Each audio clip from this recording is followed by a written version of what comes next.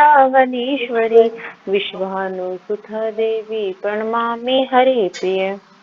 वाञ्छाकल्पतरुभ्यश्च कृपा सिन्धुभ्येव पतितानां पावनेभ्यो वैष्णवेभ्यो नमो नमः। जय श्री कृष्ण चैतन्य प्रभु नित्यानंद श्री अद्वैत गदाधर शिवासादि गौर भक्त वृंद। हरे कृष्ण कृष्ण कृष्ण हरे हरे, हरे राम राम राम हरे हरे। नमो विष्णुपदाय कृष्णपृष्ठाय भूतले श्रीमते भक्ति वेदांत स्वामिनीति नामिने। नमस्ते सरस्वती देवे गौरवाणी प्रचारिणे निर्विशेष शून्यवादी पाश्चात्य देशतारिणे। हरे कृष्णा माता जी, सभी के चरणों में एक बार फिर से दंडवत प्रणाम। आज हमारी बुक का नाम है श्रीमद् भगवत गीता यथारूप। कुल इसमें अध्याय है 700 और हम कुल अध्याय 18, कुल श्लोक है इसमें 700। हम 10वें अध्याय पे हैं। इसका नाम है श्री भगवान का ऐश्वर्य और इसमें कुल श्लोक है 42 और हम 11वें श्लोक पे हैं। तो हम 11वें श्लोक का उच्चारण करते हैं। तेषाम एव अनुपम। हरे कृष्ण माता जी, 10वां करना है पहले, 10वां और 11वां। जी हाँ माता जी, 10वां मैं तो भूल गई थी। 10वां। तेषां सततयुक्तानां भक्तां प्रीतिपूर्वकं ददामि बुद्धियोगं तं येन मामुपयन्ति ते। हरे कृष्णा माता जी, कोई और उच्चारण करेगा? हरे कृष्ण माता जी, दंडवत प्रणाम सभी भक्तों के चरणों में। श्रीमद् भगवत गीता यथारूप अध्याय 10 श्लोक संख्या 10। तेषां सततयुक्तानां भजन्तां प्रीतिः पूर्वकं ददामि बुद्धियोगं तं ये मामुपयन्ति ते। हरे कृष्णा माता, दंडवत प्रणाम सभी के चरणों में। हरे कृष्णा माता जी, दंडवत प्रणाम सभी भक्तों को। अध्याय 10 श्लोक संख्या 10। तेषां सततयुक्तानां भजतां प्रीतिपूर्वकं ददामि बुद्धियोगं तं येन मामुपयन्ति ते। हरे कृष्ण। हरे कृष्णा माता जी, दंडवत प्रणाम सभी भक्तों को दंडवत प्रणाम। श्रीमद् भगवत गीता यथारूप अध्याय 10 श्लोक संख्या 10। तेषां सततयुक्तानां भजन्तां प्रीतिपूर्वकं ददामि बुद्धियोगं तं येन माम उपयान्ति ते। हरे कृष्ण माता जी, दंडवत प्रणाम। हरे कृष्ण माता जी, सभी भक्तों के चरण प्रणाम। ग्रंथ श्रीमद् भगवत गीता यथारूप अध्याय 10 श्लोक संख्या 10। तेषां सततयुक्तानां भजतां प्रीतिपूर्वकं ददामि बुद्धियोगं तं येन माम् उपयान्ति ते। हरे कृष्ण। हरे कृष्ण माता जी, दंडवत प्रणाम। तेषां सततयुक्तानां भजता प्रीतिपूर्वकं दातातिमि बुद्धियोगं तं येन मामुपयन्ति ते। हरे कृष्ण माता जी। और कोई? श्रील प्रभुपाद द्वारा शब्दार्थ।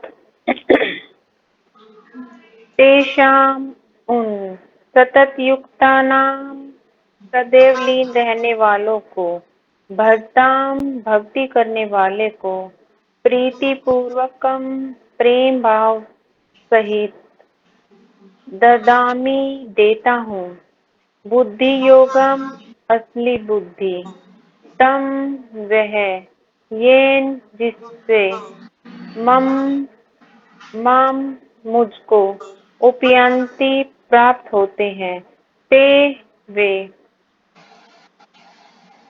श्रील प्रभुपाद द्वारा अनुवाद और तात्पर्य। जो प्रेम पूर्वक मेरी सेवा करने में निरंतर लगे रहते हैं, मैं उन्हें ज्ञान प्रदान करता हूँ जिसके द्वारा वे मुझ तक आ सकते हैं। जैसे कि कल कमलेश माता जी ने 9वें श्लोक में बताया था हमें कि मेरे शुद्ध भक्तों के विचार मुझ में वास करते हैं। उनके जीवन मेरी सेवा हमें अर्पित रहता है और वे एक दूसरे को ज्ञान प्रदान करते तथा मेरे विषय में बातें करते हुए अपने परम संतोष तथा आनंद का अनुभव करते हैं। जो ये 4 श्लोक है ये आपस में ही जुड़े हुए हैं, 8वां, 9वां और 10वां और 11वां। तो इसमें ये बताया था कि जो मेरे भक्त है वो हमेशा मतलब भगवान की बातें करते रहते हैं और सारा जीवन उन्हीं को अर्पित करते हैं, उन्हीं की सेवा में, और एक दूसरे को यही इसी विषय में ही वो बातें करते हैं भगवान के बारे में कि ये ऐसे हुआ था, वो ऐसे हुआ था। तो उन्हें इस चीज से आनंद का अनुभव होता है। और इस श्लोक में भी फिर यही बता रहे हैं कि जो जिस पूर्वक निरंतर मेरा ध्यान करेगा, मैं उसी को उसी रूप में मिलूंगा। जो मेरे प्रेम पूर्वक मेरी सेवा में निरंतर लगे रहेगा, उसे मैं ज्ञान प्रदान करता हूँ और इसके द्वारा ही वो मुझे पा सकता है।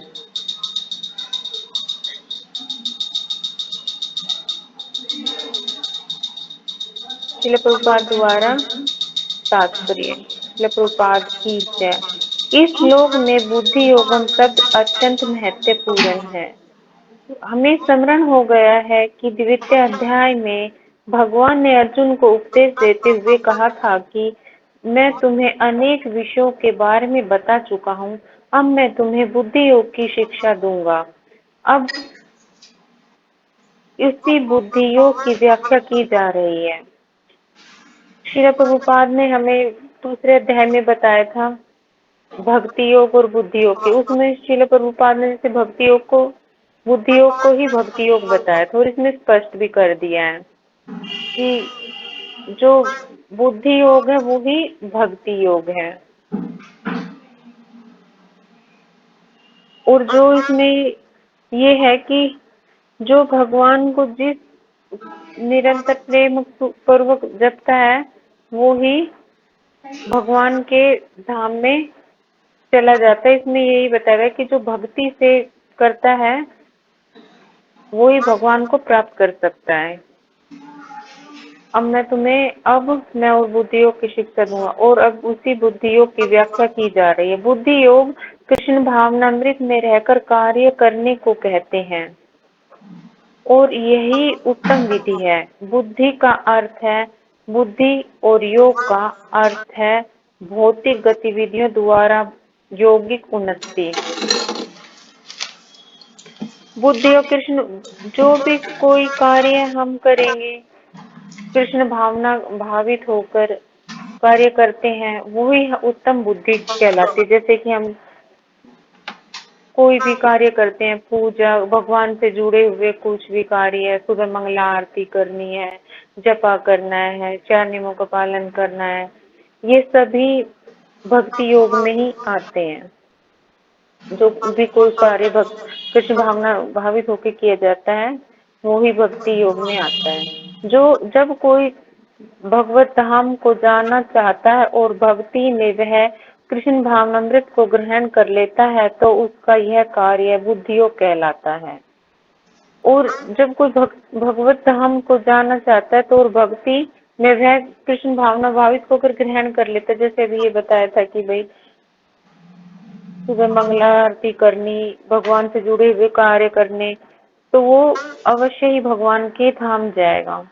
तो उसका यह कार्य बुद्धि योग कहलाता है। दूसरे शब्द में बुद्धि योग यह विधि है जिससे मनुष्य भवबंधन से छूटना चाहता है। उन्नति करने की का चरम लक्ष्य कृष्ण प्राप्ति है। लोग इसे नहीं जानते।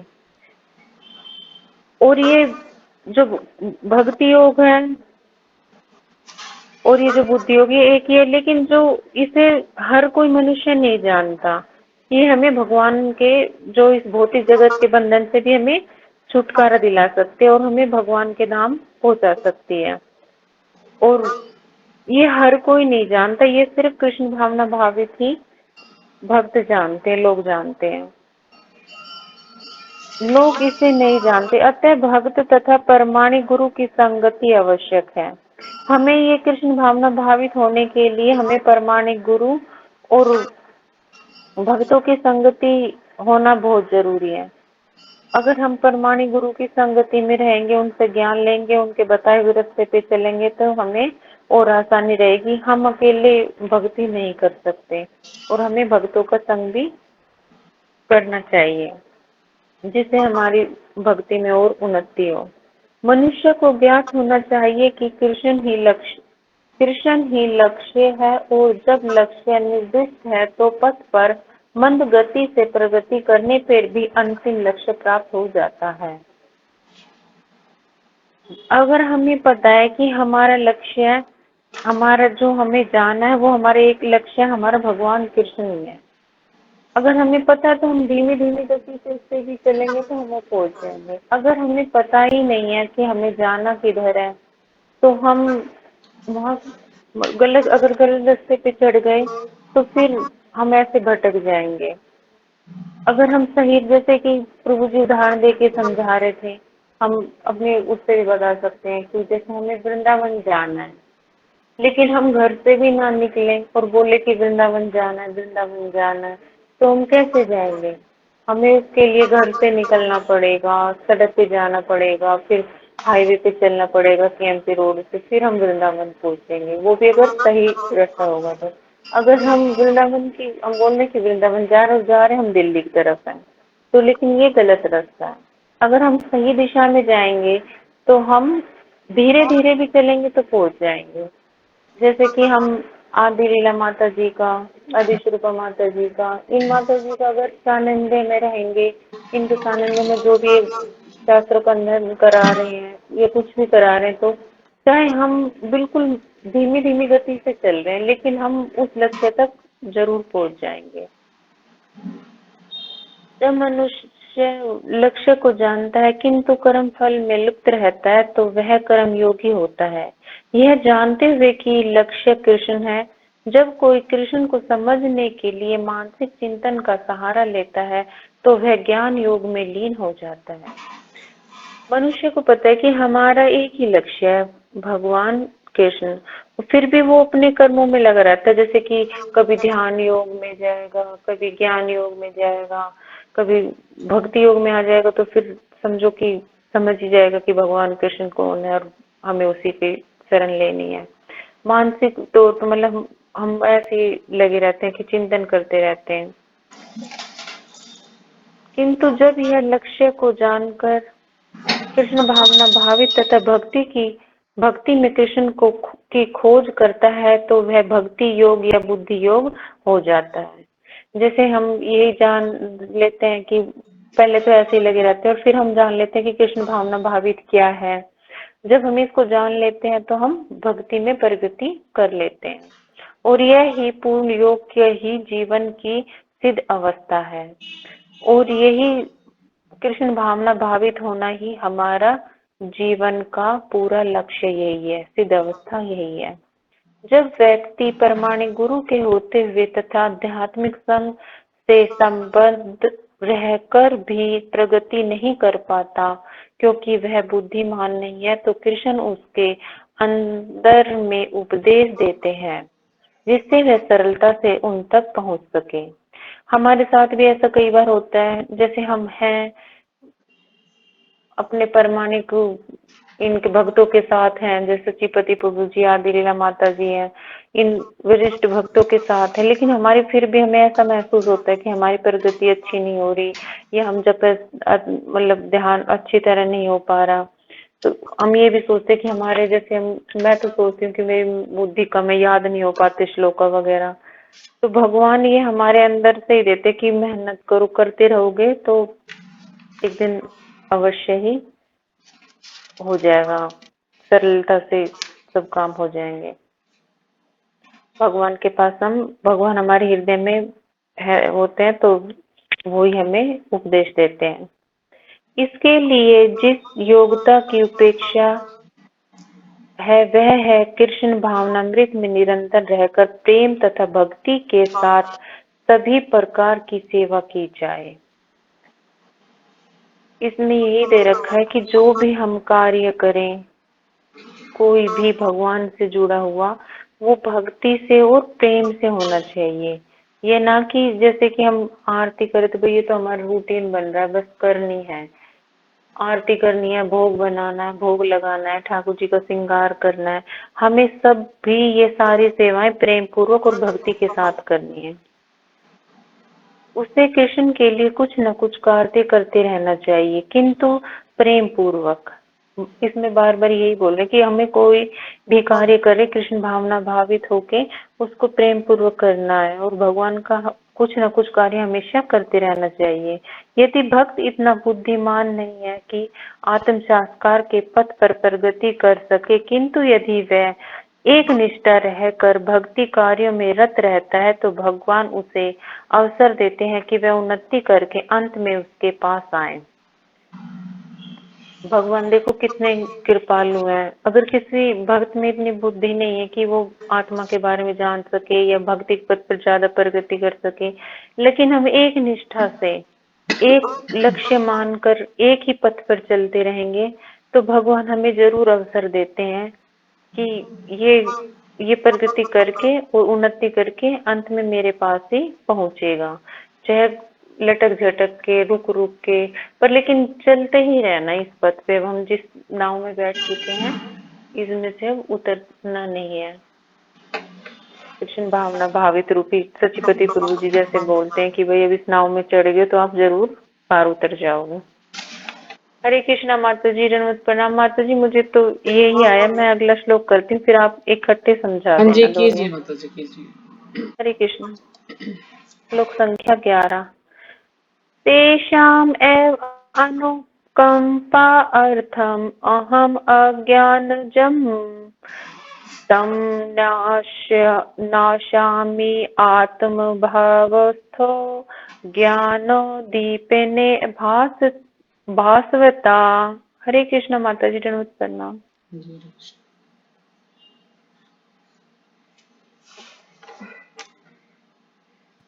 हरे कृष्णा माता जी, दंडवत प्रणाम सभी भक्तों को।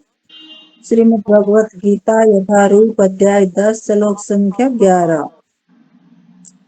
तेषां यव अनुकंपा अर्थम अहम अज्ञानजनं तं नाशयामा आत्मभावस्थो ज्ञानदीपेन भास्वता।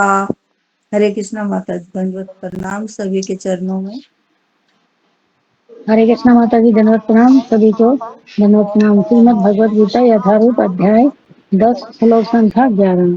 तेषाम् एवं अनुकंपा अर्थम अहम अज्ञानजं नास्यामि आत्मा भाव स्थैर्य ज्ञान दीपेन भावस्ता। हरे कृष्ण माता जी, धन्यवाद प्रणाम। हरे कृष्णा प्रणाम माता जी। अध्याय 10 श्लोक संख्या 11। तेषाम् एव अनुकंपार्थम् अहम् अज्ञानजं तमः नाशयामि आत्मभाव तथा ज्ञान दीपेन भास्वता। हरे कृष्ण। हरे हरे कृष्णा कृष्णा माता जी। आप हाँ जी पढ़िए। हरे कृष्णा माता जी, समस्त पूज्य वैष्णव प्रणाम। ग्रंथराज श्रीमद् भगवत गीता यथारूप अध्याय 10 श्लोक संख्या 11।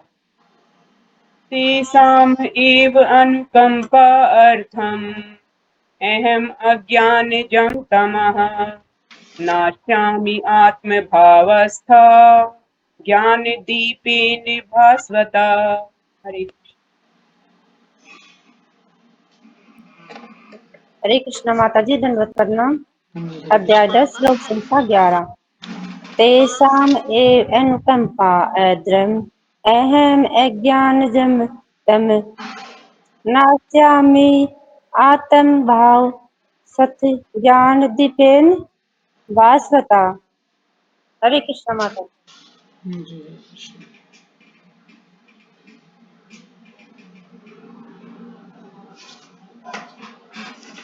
हो गया सबका? हरे शुरू कृष्ण कीजिए माता माता जी। जी। हाँ जी, हरे कृष्ण। शब्दार्थ। तेषाम उन पर, एव निश्चय ही, अनुकंपा अर्थम विशेष कृपा करने के लिए, अहम मैं, अज्ञान के कारण, तम अंधकार, नाशामी दूर करता हूँ, आत्म भाव उनके हृदय में स्थित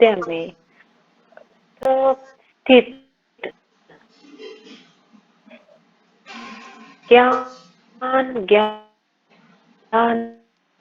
के दीपक द्वारा भास्वता प्रकाशमान हुए। श्रील प्रभुपाद द्वारा तात्पर्य और अनुवाद। मैं उन पर विश्वास करते हुए ज्ञान के प्रकाशमान दीपक के द्वारा अज्ञानजन्य अंधकार को दूर करता हूँ। इसमें श्रील प्रभुपाद ये बता रहे हैं कि मैं जिन भक्तों पर कृपा करता हूँ, कृपा करने के हेतु उनके हृदय में वास करता हूँ। मैं उन शुद्ध भक्तों के हृदय में रहते हुए उनके जो हृदय में अंधकार होता है उसे मैं ज्ञान के द्वारा प्रकाशित कर देता हूँ। माता जी आप समझा रहे हैं, बाद में ये मुझे है ना अच्छे से समझाना नहीं आ रही है। जब श्रील प्रभुपाद द्वारा तात्पर्य, जब भगवान चैतन्य बनारस में हरे कृष्णा महामंत्र के कीर्तन का प्रवर्तन कर रहे थे तो हजारों लोग उनका अनुसरण कर रहे थे। तत्कालीन बनारस के अत्यंत प्रभावशाली विद्वान प्रकाशानंद सरस्वती उनको भावुक कह कर उनका उपहास करते थे। कभी कभी भक्तों की आलोचना दार्शनिक यह सोचकर करते थे कि भक्तगण अंधकार में है और दार्शनिक दृष्टि से भोले भाले भावुक है, किंतु यह तथ्य नहीं है। इसमें ये बताया गया कि भक्तों को इसमें भोला भाला बताया गया, भावुक। जैसे महाप्रभु कीर्तन करते थे उनमें ऐसे भाव भी आते थे, तो ये सब मतलब कोई तो उनको देख के कहते थे कि हाँ भाई भगवान का, कोई कहता नहीं ऐसे ही है वो कि भक्ति। इसमें यही बताया कि भक्ति करना तो भोले भाले व्यक्तियों का ही काम है। मतलब जो भक्ति करते हैं ये भक्तगण बहुत ही भोले होते हैं और भावुक भी होते हैं।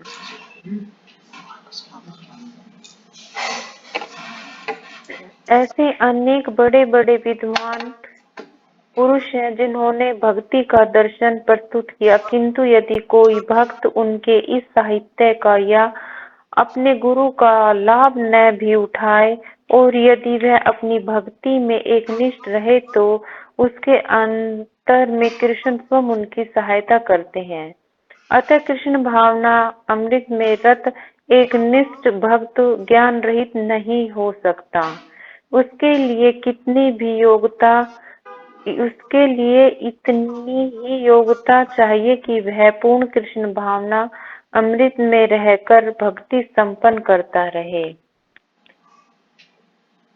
ऐसे बहुत अनेक से दार्शनिक बड़े बड़े पुरुष हैं जिन्होंने कभी मतलब भक्ति या मतलब ये भक्ति नहीं की, साहित्य का लाभ नहीं उठाया या गुरु नहीं थे, तो ये फिर भी अपनी भक्ति में एक निष्ठ रहे और उन्होंने निरंतर भगवान कृष्ण का ही ध्यान किया और भगवान ने उनकी सहायता भी की।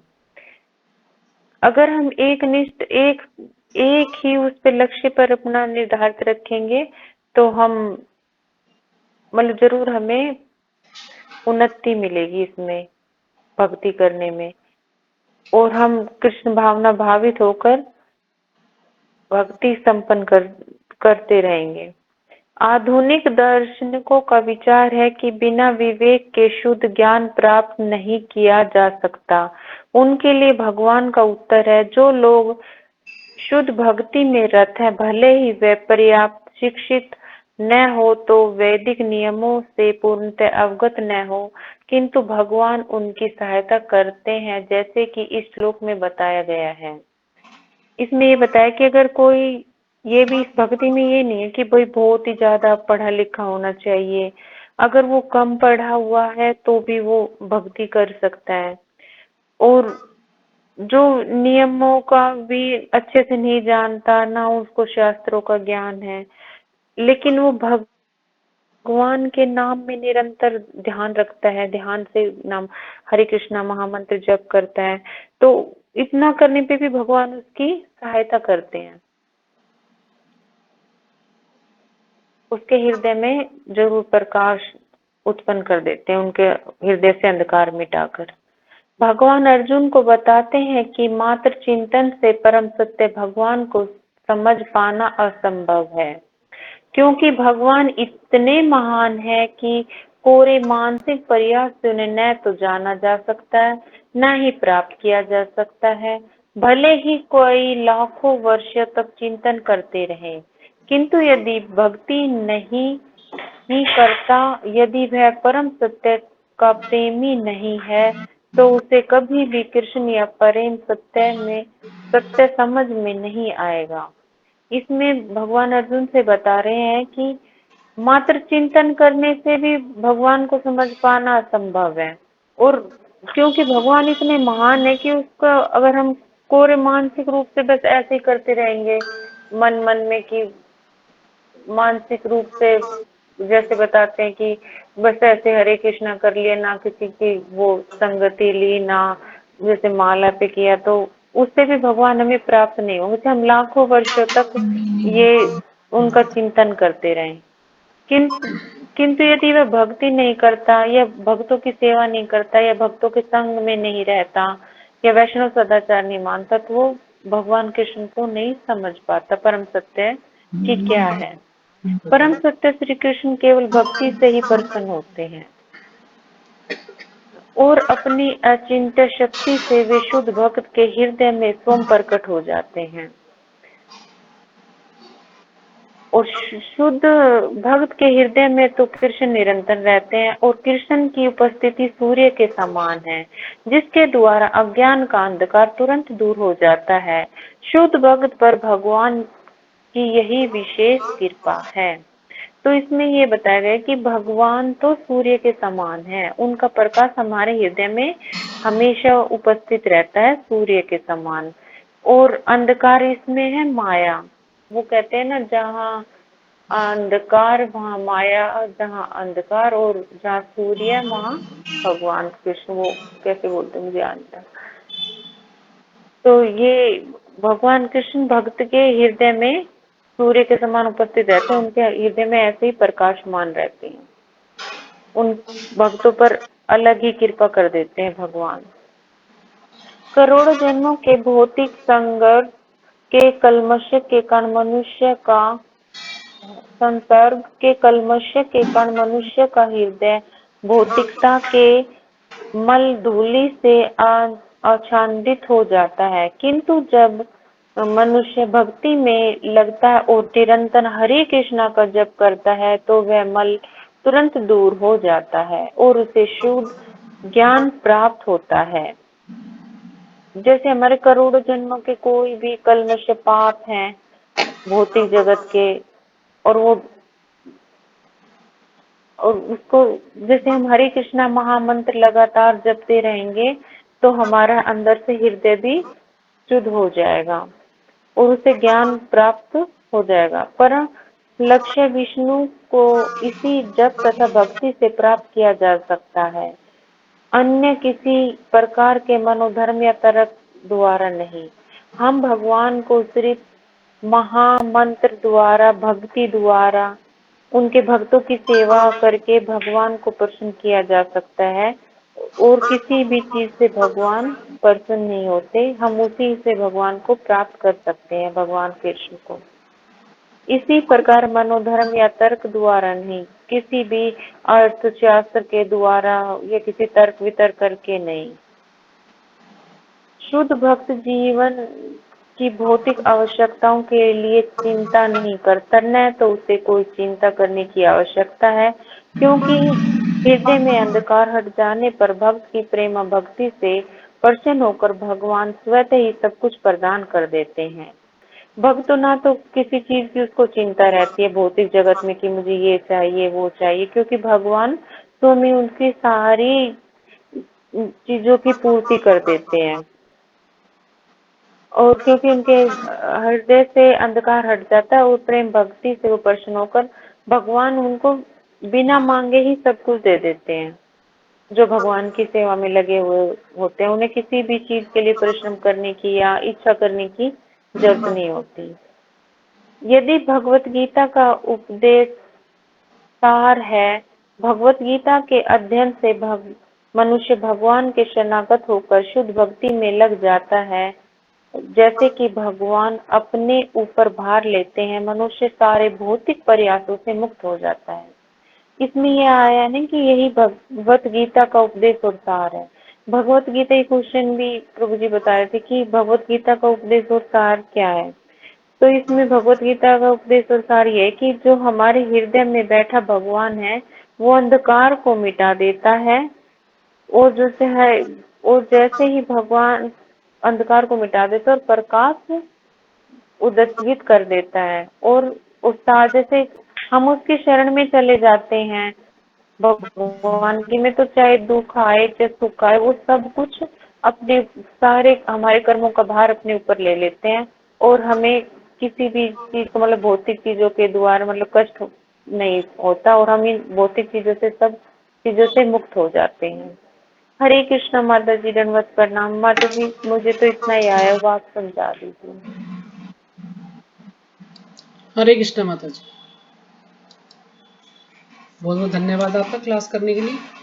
तो एक बार सब अनम्यूट करके माता जी का धन्यवाद करेंगे हरे कृष्ण महामंत्र बोल के। हरे कृष्णा हरे कृष्णा कृष्णा कृष्णा कृष्णा कृष्णा हरे हरे राम हरे राम राम राम हरे कृष्णा हरे कृष्णा कृष्ण कृष्णा माता हरे जी। हरे राम राम राम हरे हरे। हरि। तो आज हमने किया है श्लोक संख्या 10, ठीक है ना। ये चारों श्लोक एक दूसरे से मिले हुए हैं, चतुर्श्लोकी भगवद गीता है ये। तो 2 श्लोक हमने कल पढ़े थे और 2 हमने आज पढ़े हैं। तो 10वां श्लोक है, जो प्रेम पूर्वक मेरी सेवा में निरंतर लगे रहते हैं मैं उन्हें ज्ञान प्रदान करता हूँ जिसके द्वारा वे मुझ तक आ सकते हैं। तो भगवान यहाँ पर कह रहे हैं कि जो मेरी सेवा में लगा रहता है, लेकिन कैसे? प्रेम पूर्वक, प्रीति पूर्वक। ये नहीं कि दिखावा कर रहा है या बस मजबूरी में कर रहा है। प्रेम पूर्वक भगवान की सेवा में लगा है तो उसको भगवान ज्ञान प्रदान करते हैं ताकि वो भगवान के द्वारा भगवान तक जा सके, यानी भगवान के धाम जा सके वो। तो जैसे कि इसमें आप भागवतम सुनते हैं सब, तो ब्रह्मा जी, जब ब्रह्मा जी का जन्म हुआ था गर्भोदक्षाय विष्णु से कि कमलनाल से, तो ब्रह्मा जी को ये नहीं पता था कि मैं कौन हूँ, है ना। ब्रह्मा जी कुछ नहीं पता, वो सोच रहे थे कि आखिर मैं कौन हूँ, मेरा पिता कौन है। तो उनको एक टप टप की आवाज आती है, तो फिर वो समझते हैं कि मुझे तप करना है, फिर कुछ तपस्या करते हैं। फिर उसके बाद जो है भगवान उनको ज्ञान देते हैं, यानी भगवान ने जब देखा कि ये अच्छे से तपस्या कर रहा है, यानी भगवान को जानना चाहता है, ये जानना चाहता है कि वो कौन है, तो फिर भगवान उसके हृदय में ये ज्ञान प्रदान करते हैं। उसको पता लगता है कि मैं कौन हूँ और मेरा जन्म कैसे हुआ है और भगवान कौन है। इस प्रकार से उन्हें पता चला। तो ऐसे ही जो अर्जुन है, अर्जुन को भी भगवान ने ज्ञान प्रदान किया। किस प्रकार से? जब भगवान अपनी लीला समाप्त करके अपने धाम चले जाते हैं तो अर्जुन बहुत दुखी हो जाता है कि जो है भगवान हमें छोड़कर चले गए हैं, अब तो मेरा जो है कुछ भी नहीं हो सकता, क्योंकि भगवान थे तो मैं जो है इतना अच्छे से जो है युद्ध कर पा रहा था, ये कार्य हो रहा था। मतलब इतना युधिष्ठिर महाराज को बताते हैं कि भगवान चले गए हैं, इस कारण से सब इतने सारे जो है उसमें अशुभ दिखाई देंगे। जब आप ये चैप्टर पढ़ेंगे भागवतम का तो उसमें बता रखा है अर्जुन को क्या क्या महसूस होता है। तो फिर अर्जुन को याद आता है कि भगवान ने मुझे भगवद गीता का ज्ञान दिया था।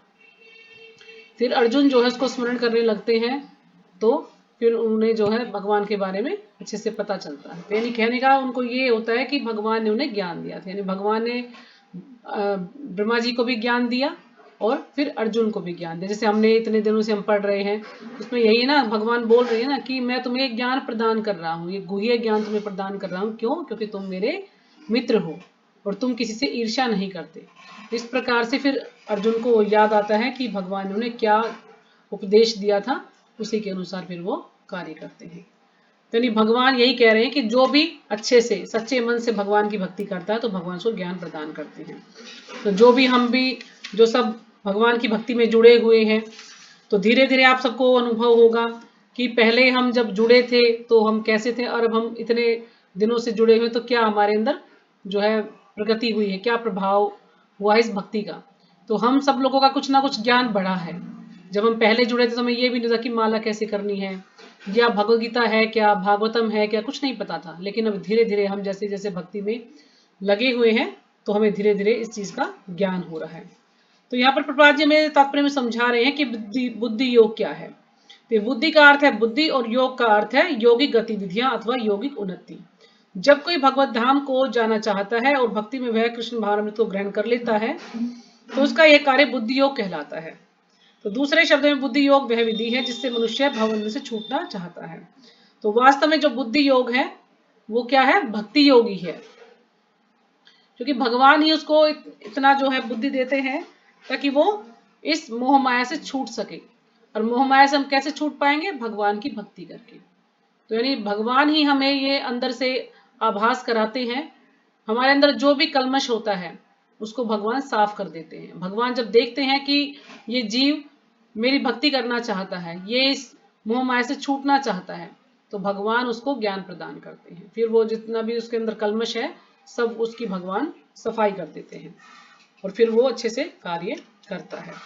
तो फिर इसमें है कि जब मनुष्य लक्ष्य तो जानता है किंतु कर्मफल में लिप्त रहता है तो वह कर्म योगी है। अब कर्म को योगी कौन है? कि उसको पता है कि भगवान है और मुझे भगवान को प्राप्त करना है, ये उसको पता है, लेकिन वो भी जो कर्म करता है उससे वो आसक्त रहता है।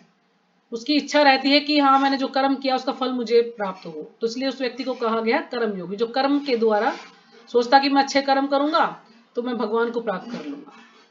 फिर दूसरा है ज्ञान योगी। अब ज्ञान योगी क्या करता है कि शास्त्रों का अच्छे से अध्ययन करता है, जैसे कि निराकारवादी, निर्विशेषवादी या दार्शनिक, ये सब क्या है? ये सब ज्ञान योगी है। तो ये ज्ञान के द्वारा सोचते हैं कि हम भगवान को प्राप्त कर लेंगे, भगवान के बारे में जान पाएंगे। तो इनका ज्ञान कैसा है? शुष्क ज्ञान है, सूखा सूखा ज्ञान है, बस शास्त्रों में इन्होंने पढ़ा है, बाकी ये भगवान की कोई भी सेवा नहीं करना चाहते हैं। जब हम किसी से जुड़ते हैं, उसकी सेवा करते हैं, तभी तो हमारा संबंध जो है और प्रगाढ़ होता है ना, और गाढ़ा संबंध होता है हमारा उससे। लेकिन वो सेवा तो नहीं करते, बस शास्त्रों में पढ़ लिया और बस ये जान लेते भी शरीर और आत्मा में क्या अंतर है, इतना ही जानते बस, तो इससे आगे नहीं बढ़ते हैं। तो यानी ज्ञान योगी भी ज्ञानी इस प्रकार से यानी भगवान के जो है शुद्ध भक्त नहीं है वो। फिर उसके बाद है भक्ति योगी।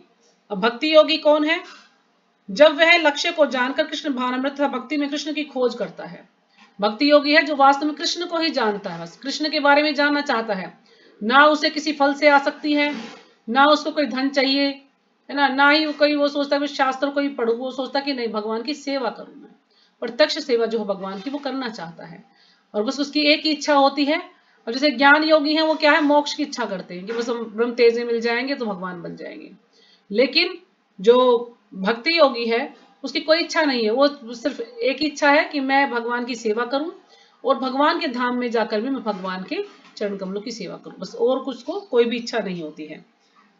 तो वह भक्ति योगी या बुद्धि योगी होता है और यही पूर्ण योग है। यानी जो बुद्धि योगी भगवान इसे प्रभुपाद जी में समझा रहे हैं बुद्धि योग, तो ये बुद्धि योग वास्तव में भक्ति योगी है। तो यह पूर्ण योग ही जीवन की सिद्ध अवस्था है। यानी भक्ति योग को हमें प्राप्त करना या बुद्धि योग को प्राप्त करना, यही हमारे जीवन की पूर्ण अवस्था है। तो हमें क्या करना है? हमें भक्ति योग ही करना है, हमें भगवान को प्राप्त करना है, इसके अलावा हमें और कुछ नहीं करना है। तो अगला श्लोक है कि मैं उन पर विशेष कृपा करने के हेतु उनके हृदय में वास करते हुए ज्ञान के प्रकाशमान दीपक के द्वारा अज्ञान जन अंधकार को दूर करता हूँ। तो भगवान क्या करते हैं कि विशेष कृपा करने हेतु, अब मान लीजिए कोई स्त्री है तो सबके साथ उसका समान व्यवहार है ना, किसी को भी वो हानि नहीं पहुंचाती है, चाहे कोई बच्चा है, कोई पशु है, जीव है, सबके साथ जो अच्छा व्यवहार करती है। लेकिन अपने बच्चों के प्रति उसका विशेष जो है भाव होता है ना, जो अपने बच्चों को प्रेम देती है वो औरों को नहीं दे सकती है। तो इसी प्रकार से जो भगवान है, और जब वो देखते हैं कि उनके जो शुद्ध भक्त हैं उनकी अच्छे से सेवा कर रहे हैं और कोई भी उनकी इच्छा नहीं है, उनसे कोई कुछ नहीं मांगते हैं वो, तो भगवान ऐसे भक्तों पर विशेष कृपा करते हैं, यानी उनका और ज्यादा ध्यान रखते हैं। ध्यान तो सभी का रखते हैं, सभी को सब कुछ देते हैं जितने भी जीव हैं, लेकिन जो भगवान के शुद्ध भक्त हैं, भगवान की अनन्य भक्ति करते हैं, तो उनका भगवान का उनके प्रति विशेष जो है कृपा होती है, विशेष प्रेम होता है उनके प्रति। तो क्या करते हैं कि उनके हृदय में वास करते हुए ज्ञान के प्रकाशमान दीपक के द्वारा, यानी उनके अंदर कोई गंदगी भी है, कुछ कलमश भी भरा हुआ है, कुछ पाप है, तो वो सब कुछ भगवान साफ कर देते हैं और उनको बिल्कुल शुद्ध कर देते हैं। जैसे कुछ लोग बोलते हैं ना कि ये हरे कृष्णा में जुड़ के, लेकिन दुखी तो ये भी है। तो भक्ति के जीवन में भी दुख आएंगे, ऐसा नहीं कि भक्ति से जुड़ गए तो दुख नहीं आएंगे, दुख आएंगे। लेकिन जैसे एक माँ अपने बच्चों को सुधारती है, कोई गलती करता है तो चाटा लगाती है कि वो दोबारा से गलती ना करे, तो इसलिए भगवान भी हमें थोड़े थोड़े दुख देकर हमें बिल्कुल शुद्ध कर रहे हैं, बिल्कुल साफ कर रहे हैं, ताकि हम शुद्ध होकर भगवान के धाम जा सके। तो यानी भगवान हम पर विशेष कृपा करते हैं जो भगवान के शुद्ध भक्त हैं। तो जैसे इसमें एक आया है प्रकाशानंद सरस्वती, तो एक बार पहले भी प्रकाशानंद सरस्वती का आया था, तो उस टाइम आपको याद होगा कि सतीश प्रभु हमारी क्लास में आए थे, तो उन्होंने मुझे बोला था कि आपने इसके बारे में क्यों नहीं बताया। तो प्रकाशानंद सरस्वती के बारे में मैं आपको बताऊं तो ये जो भागवतम है, भागवतम का जो पहला स्कंद है उसमें बता रखा प्रकाशानंद सरस्वती कौन है। तो जो प्रकाशानंद सरस्वती है वो बहुत बड़े मायावादी थे और बहुत ही प्रबल जो है क्या कहते हैं गोस्वामी या विद्वान थे, बहुत बड़े विद्वान थे मतलब, लेकिन मायावाद के थे वो, मायावाद को ज्यादा उन्होंने महत्व दिया था। तो एक बार क्या हुआ कि जो भगवान चैतन्य महाप्रभु हैं वो वाराणसी गए थे। तो वाराणसी जब गए तो उन्होंने देखा वहां पर जो श्रीपाद प्रकाशानंद सरस्वती है वो मायावादी संप्रदाय की अगुवाई कर रहे थे, यानी वो उनके हेड थे, उनको चला रहे थे। तो फिर अब उन्होंने देखा, जो प्रकाशानंद सरस्वती ने देखा कि जब चैतन्य महाप्रभु जहां पर भी जा रहे हैं सब लोग उनके पीछे पीछे जा रहे हैं, सब बड़े आकृष्ट हैं, बड़े आकर्षित हो रहे हैं चैतन्य महाप्रभु से, और सब उनके पीछे पीछे, तो काफी उनके जो है फॉलोवर्स हैं जो उनके साथ जा रहे हैं। लेकिन जो मायावादी सन्यासी हैं वो अपने आप को क्या कहते हैं, नारायण कहते हैं कि हम ही भगवान हैं, है ना, ये बोलते हैं मायावादी सन्यासी। तो इस प्रकार से जब वो वाराणसी, अब जो वाराणसी है जहां पर चैतन्य महाप्रभु गए थे, तो वहां पर बहुत सारे ऐसे लोग थे जो कि अपने आप को नारायण कहते थे, भगवान कहते थे। लेकिन कुछ लोग, उनमें से कुछ लोग ऐसे थे जो चैतन्य महाप्रभु को ही भगवान समझते थे, यानी चैतन्य महाप्रभु के साथ रहते थे वो, और हर संकीर्तन में उनके साथ बढ़ चढ़कर हिस्सा लेते थे, हमेशा उनके साथ ही रहते थे। तो ये जब प्रकाशानंद सरस्वती को ये सूचना मिली, उनके किसी फॉलोवर्स ने उनको ये सूचना दी कि भी चैतन्य महाप्रभु आए हैं और इस तरह से वो जो है वैष्णव सन्यासी हैं और इतने सारे लोग जो है उनके साथ घूम रहे हैं, मतलब कीर्तन में भाग ले रहे हैं। तो ये जब उन्होंने सुना प्रकाशानंद सरस्वती ने, उन्होंने क्या किया कि जो भी ये समाचार लेकर आया था उन्होंने महाप्रभु के का निंदा करनी शुरू कर दी। तो उस व्यक्ति के सामने ही उन्होंने महाप्रभु के जो भी कार्य महाप्रभु कर रहे थे, भक्ति संबंधित लोगों को जो है भगवान के बारे में ज्ञान दे रहे थे, तो उनकी निंदा करनी शुरू कर दी कि भाई वो जो है कीर्तन प्रचार कर रहे हैं, है ना, तो वो चीजें सब पसंद नहीं कर रहे थे वो प्रकाशानंद सरस्वती, तो उन्होंने निंदा करनी शुरू कर दी। तो फिर क्या हुआ कि एक भक्त ब्राह्मण को, जो महाप्रभु का भक्त बन चुका था, प्रकाशानंद द्वारा की गई आलोचना अच्छी नहीं लगी, अतः वह अपनी व्यथा महाप्रभु के पास प्रकट करने लगा। अब जिसके सामने उन्होंने ये सब कहा था, कोई ब्राह्मण था, तो उनको ये अच्छा नहीं लगा कि वो महाप्रभु की जो है निंदा क्यों कर रहे हैं। फिर वो महाप्रभु के पास जाते हैं और उनको ये सारी बात बताते हैं कि जो प्रकाशानंद सरस्वती है वो ऐसे ऐसे बोल रहा है आपके बारे में। तो उसने बताया कि जब उसने सन्यासी प्रकाशानंद के समक्ष महाप्रभु का नाम लिया तो उसने महाप्रभु की तीव्र आलोचना की।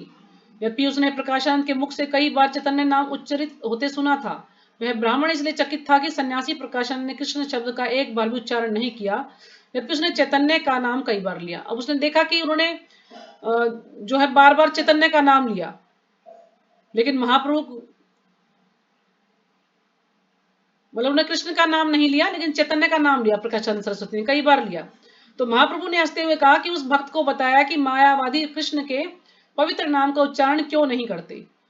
ये मायावादी कृष्ण के चरण कमलों में अपराधी हैं, भले ही ये सदैव ब्रह्मा, आत्मा था चैतन्य आदि नामों का उच्चारण करें। तो भगवान उसको कह रहे हैं कि ये क्या है, ये जो मायावादी लोग हैं ये कृष्ण के अपराधी हैं। चाहे ये चैतन्य नाम ले, ब्रह्मा नाम ले, कुछ भी ले, लेकिन ये कृष्ण के अपराधी हैं, इसलिए कृष्ण का नाम नहीं लेते हैं ये लोग। तो इसके पश्चात महाप्रभु के भक्तों ने एक बहुत ही बड़ी सभा का आयोजन किया, जिसमें महाप्रभु तथा प्रकाशानंद सरस्वती भी सम्मिलित थे। तो बहुत बड़ा उन्होंने एक आयोजन किया, उसमें प्रकाशानंद सरस्वती को भी इनवाइट किया। तो दोनों विद्वानों के बीच संकीर्तन आंदोलन के आध्यात्मिक महत्व पर लंबा शास्त्रार्थ चला, जिसका सारांश नीचे दिया जा रहा है। तो उनके बारे में काफी आपस में एक दूसरे की बातें हुई। वो अपने मायावाद के बारे में बता रहे हैं, वो अपने कृष्ण प्रेम के बारे में बता रहे हैं। तो फिर जब उनकी काफी देर तक बात चलती रही तो चैतन्य महाप्रभु सुनते रहे, कुछ नहीं बोले। तो चैतन्य महाप्रभु ने आखिर में कहा, विनीत भाव से कहा कि वेदांत का अध्ययन न करके मैं संकीर्तन आंदोलन में इसलिए लगा हूं क्योंकि मैं महामूर्ख हूं। तो बताते कि मैं इसलिए इसमें कर लगा हूं नगर संकीर्तन में कि मैं बहुत बड़ा मूर्ख हूं। चैतन्य महाप्रभु बता रहे हैं अपने आप बारे में। तो इस प्रकार महाप्रभु ने अपने आप को इस युग के असंख्य मूर्खों में से एक बताया। तो वेदांत दर्शन का अध्ययन कर सकने में सर्वथा अक्षम है कि भाई मैं वेदांत दर्शन का अध्ययन नहीं कर सकता हूं। क्यों? क्योंकि मैं बहुत बड़ा मूर्ख हूं। तो महाप्रभु ने आगे कहा, चूंकि मैं मूर्ख हूं अतः मेरे गुरु ने मुझे मना किया है कि मैं वेदांत दर्शन के साथ खिलवाड़ न करूं। उन्होंने कहा कि तुम भगवान के पवित्र नाम का कीर्तन करो, क्योंकि इससे तुम भव बंधन से मुक्त हो सकोगे। तो फिर वो प्रकाशानंद सरस्वती को बता रहे कि मेरे गुरु ने मुझे मना किया है वेदांत दर्शन का अध्ययन करने के लिए। उन्होंने मुझे कहा बस तुम ये नगर संकीर्तन का ही कार्य करो, तो इसी से तुम्हारा उद्धार हो जाएगा। तो वहां पर तो प्रकाशानंद सरस्वती को यह भली भांति ज्ञात था कि महाप्रभु निमाई पंडित के नाम से नवद्वीप के एक महान विद्वान के रूप में विख्यात हैं। उनको ये पता था कि निमाई पंडित हैं और ये बहुत ही विख्यात हैं, अतएव उनके द्वारा अपने को मूर्ख कहना निश्चित रूप से साभिप्राय है। सन्यासी से यह प्रश्न सुनकर महाप्रभु हंसे और बोले, महाशय यदि आप अन्यथा न लें तो मैं आपके प्रश्न का उत्तर दूं। वहां पर उपस्थित सारे सन्यासी महाप्रभु के इस विमल आचरण से अत्यंत प्रमोदित हुए और एक स्वर से बोले, चाहे आप जो कुछ भी उत्तर दें उसे हम बुरा नहीं मानेंगे। तब महाप्रभु इस प्रकार बोले। तो यानी इस प्रकार से उनकी काफी लंबी वार्तालाप चली है और महाप्रभु ने उनकी हर बात को जो है खंडन किया है उस चीज का। तो फिर ये इस तरह से पढ़ेंगे तो बहुत बड़ा है। यानी कहने का मतलब ये कि आप इसको बस इतना ही समझें कि जो प्रकाशानंद सरस्वती हैं वो बहुत बड़े मायावादी हैं और वो ये हरे कृष्ण आंदोलन को पसंद नहीं करते थे वो।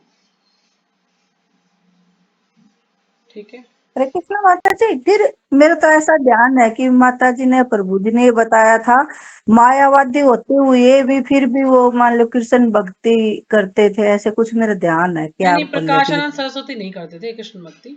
वो बाद में शायद जुड़े होंगे, तो अभी मुझे कोई दिखा नहीं उसमें बाद में फिर उन्होंने क्या किया। बस माता महाप्रभु जी? का ही चल रहा है कि महाप्रभु उनको ज्ञान दे रहे हैं प्रकाशानंद सरस्वती को, कि वो कह रहे हैं कि अगर आप कहें तो मैं कुछ कहूं। तो उन्होंने कहा ठीक है। तो फिर वो महाप्रभु उनको ज्ञान देते हैं। फिर आगे जाकर देखना पड़ेगा कि मैं इसको पढ़ माता नहीं जी, पाई। माता जी फिर वो महाप्रभु की शरण में आ गए थे मेरे मन से, तो इतना नहीं मेरे नहीं, वो थोड़ा तो थोड़ा। सार्वभौम भट्टाचार्य थे माता जी जो उनकी शरण में आए थे। अच्छा, सार्वभौम भट्टाचार्य भी ऐसे ही मायावादी थे। तो जब महाप्रभु ने उनको ज्ञान दिया तो फिर वो जो है महाप्रभु के पैरों पर गिर गए थे कि मुझे क्षमा कीजिए, मेरे से गलती हो गई। जो उनके साथ हो गए थे, वो जुड़ गए थे उनके साथ। कि इसका और आगे कुछ दे नहीं रखा प्रकाशन सरस्वती का ना। और मैं इसको देखूंगी बाद में, अगर मुझे कुछ मिलेगा कि मैं बताऊंगी आपको कि जुड़े थे कि नहीं जुड़े थे। बाकी इसमें अभी कुछ दे नहीं रखा किताब में आपने। तो इस प्रकार से यानी आप ये समझ के रखो कि ये जो है बहुत बड़े मायावादी हैं, बस प्रकाशानंद सरस्वती। बाकी तो माता जी ने समझा ही दिया है, इसमें ज्यादा कुछ है नहीं। अगर फिर भी किसी को इस बात समझ नहीं आई है तो पूछ सकते हैं, ठीक है। यानी इसमें यही है कि हम भगवान की अगर सच्चे मन से भक्ति करते हैं तो भगवान धीरे धीरे धीरे धीरे हमें जो है ज्ञान प्रदान करते हैं और हम धीरे धीरे शुद्ध हो जाते हैं। क्योंकि जब तक भगवान की कृपा नहीं होती या भक्तों की, गुरु महाराज की कृपा नहीं होती, तब तक कोई भी जो है भक्ति में प्रगति नहीं कर सकता है, कोई भी कुछ नहीं बता सकता है। यदि हम यहाँ पर बैठे हैं, क्लास कर रहे हैं, तो जब तक हमें गुरु की और भगवान की कृपा नहीं मिलेगी तो चाहे हम कितना ही रट लें, हम यहाँ पर कुछ भी नहीं बता पाएंगे। तो भगवान की कृपा बहुत आवश्यक है और गुरु महाराज की। सही कह रहे हो माता जी, बिल्कुल आप। हाँ जी।